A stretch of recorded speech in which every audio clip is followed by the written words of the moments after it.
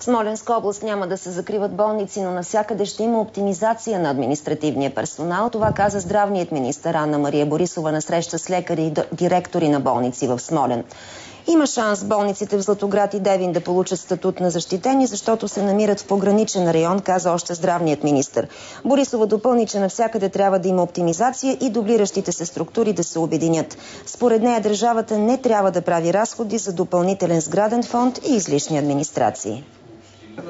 Ние установяваме на много места, примерно 3 диспансера в една сграда.